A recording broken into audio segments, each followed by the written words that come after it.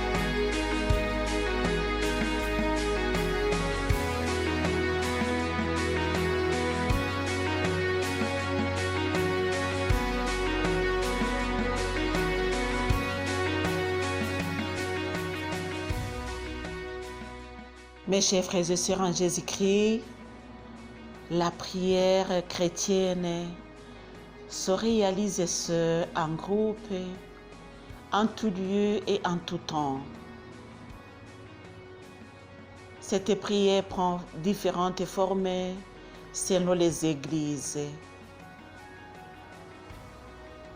Le Notre Père est la prière commune à tous les chrétiens, directement tirée des évangiles. Donc Matthieu a écrit sur le Notre Père et Saint Luc aussi a écrit sur le Notre Père et enseigné par Jésus à ses premiers disciples. Mes chers frères et sœurs en Jésus-Christ, dans la prière, nous invoquons la présence de Dieu. Comment invoquer la présence de Dieu? Pour invoquer la présence de Dieu, la prière peut en passer par des rituels, par une offrande sacrificielle, par l'étude des Écritures, l'extase mystique, l'assise, le chant, la danse et tant d'autres façons d'invoquer. Il se peut qu'un Dieu ne se manifeste jamais autrement. Il est à chaque fois le répondant d'un appel, l'invoqué d'une invocation. Lorsqu'on prie, Dieu nous ouvre les yeux, il y renouvelle et change nos cœurs, il y guérit nos blessures et nous donne la grâce dont nous avons besoin.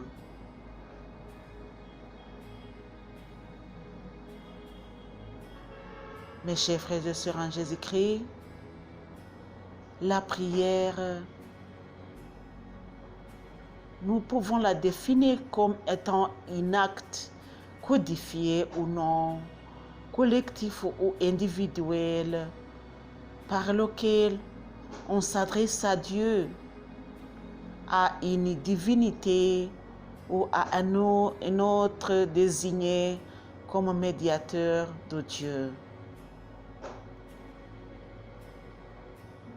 On a plusieurs façons de prier, mais l'essentiel c'est que ça nous donne ou ça nous enseigne de prier, parce que la prière doit nous amener à Dieu. Une fois les disciples ont demandé à Jésus, « Seigneur, apprends-nous à prier ». Cette demande des disciples à Jésus est bien la preuve que la pratique de la prière est une activité essentielle, mais pas si évidente que cela. Et c'est aussi une invitation renouvelée à se poser à nouveau la question: qu'est-ce que c'est la prière et comment prier?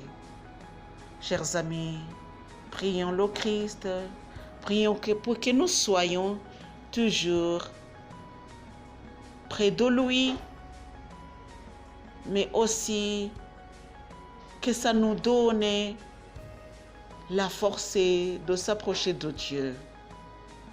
Prions sans cesse.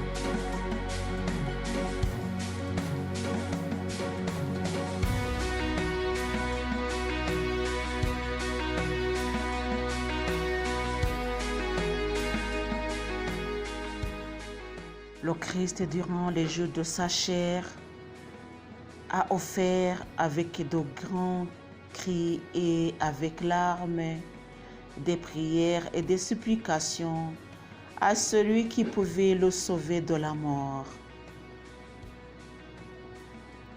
Hébreux chapitre 5, verset 5 au verset 7. J'ai attendu que quelqu'un eût compassion de moi, mais il n'y eut personne. Et des consolateurs, mais je n'en ai pas trouvé. Psaume 69, verset 20. 3 attitudes. Il fait nuit. Jésus et 11 disciples à sa suite pénètrent dans un jardin. 8 d'entre eux s'essaient à l'entrée. Jésus emmène avec lui 3 de ses compagnons les plus proches et s'avance plus loin. Il leur dit: demeurez ici et veillez avec moi. Lui s'éloigne encore un peu et s'agenouille. Là, dans l'angoisse et dans la tristesse, Jésus prie: Père, si tu voulais faire passer cette coupe, cette souffrance, loin de moi, toutefois, que ce ne soit pas ma volonté, mais la tienne qui soit faite. Luc chapitre 22, verset 42. Chers amis, Jésus sait qu'il va mourir sur la croix pour porter les péchés de ceux qui croient en lui et qui croiront en lui. Il est prêt. Il s'en remet à la décision de son Dieu qui est son Père.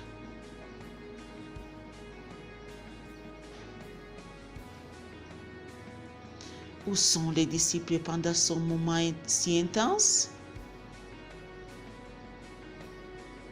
Judas le traître n'est pas dans le jardin. Il a quitté ses compagnons plus tôt dans la soirée pour rencontrer les chefs religieux.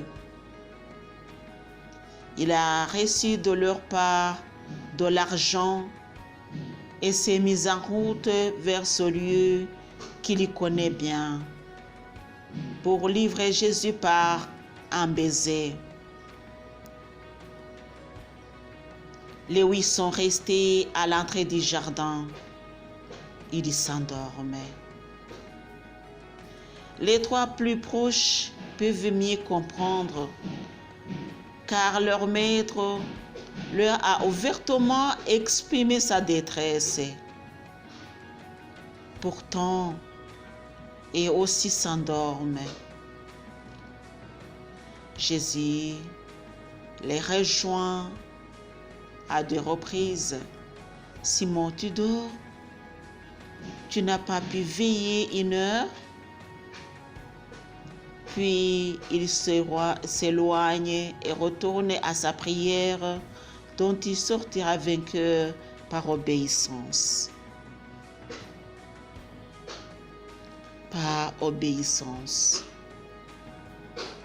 Obéissance à Dieu, même dans la souffrance. Sans doute, personne ne pouvait partager les souffrances de Christ à l'approche de la crucifixion. Mais ces 3 attitudes nous interrogent. Sommes-nous seulement faibles, non concernés ou ennemis de Christ? Qui sommes-nous?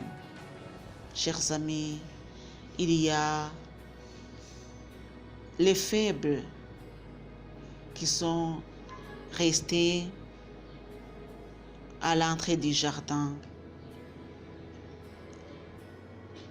Il y a les faibles qui sont allés avec Jésus, non concernés qui sont restés à l'entrée du jardin, et ennemis qui ont trahi Jésus. Qui sommes-nous? J'espère bel et bien que nous sommes si faibles, mais nous aimons le Christ. Nous ne sommes pas indifférents. Nous ne sommes pas du tout aussi ses ennemis. Nous sommes ses amis faibles. Prions pour nos faiblesses. Prions pour que le Christ nous pardonne nos péchés et nous conduise à la vie éternelle. Amen. Notre Père qui es aux cieux, que ton nom soit sanctifié, que ton règne vienne, que ta volonté soit faite sur la terre comme au ciel. Donnez-nous aujourd'hui notre pain de ce jour. Pardonnez-nous nos offenses. Ne nous soumets pas à la tentation, mais délivrez-nous du mal. Car c'est à toi qu'appartiennent le règne, la puissance et la gloire pour les siècles des siècles. Amen. Au nom du Père et du Fils et du Saint-Esprit. Amen.